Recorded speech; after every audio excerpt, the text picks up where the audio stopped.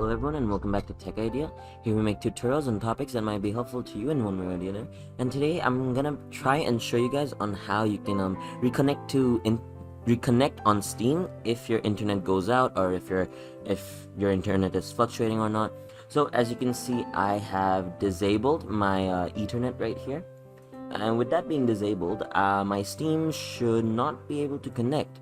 As you can see, it's disconnected. I can't really visit the store as well. Now, normally, you should have a small little box which says Steam, or which should show you this exact message. And in that box, there should be three options. One is logout, cancel, and the other one is reconnect.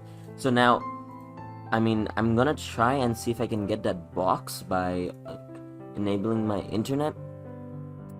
If it does not show up, the best way to reconnect to the internet is by pressing on reconnect.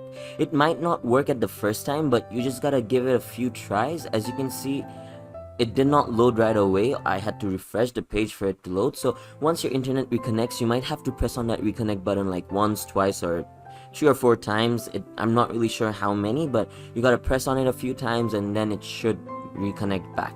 Over here, as you can see, it still says no connection.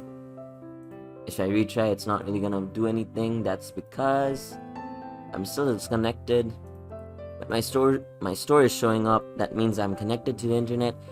This is going to happen, so do not panic. It's just because Steam cannot really connect to the download server yet.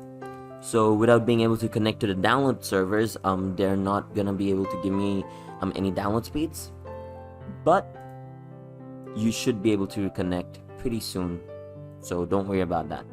So I hope you found this video helpful. If you did, please drop a like, and if you want to see more videos like this in the future, don't forget to hit that subscribe button as well as that notification bell. Thank you so much for watching. Bye bye.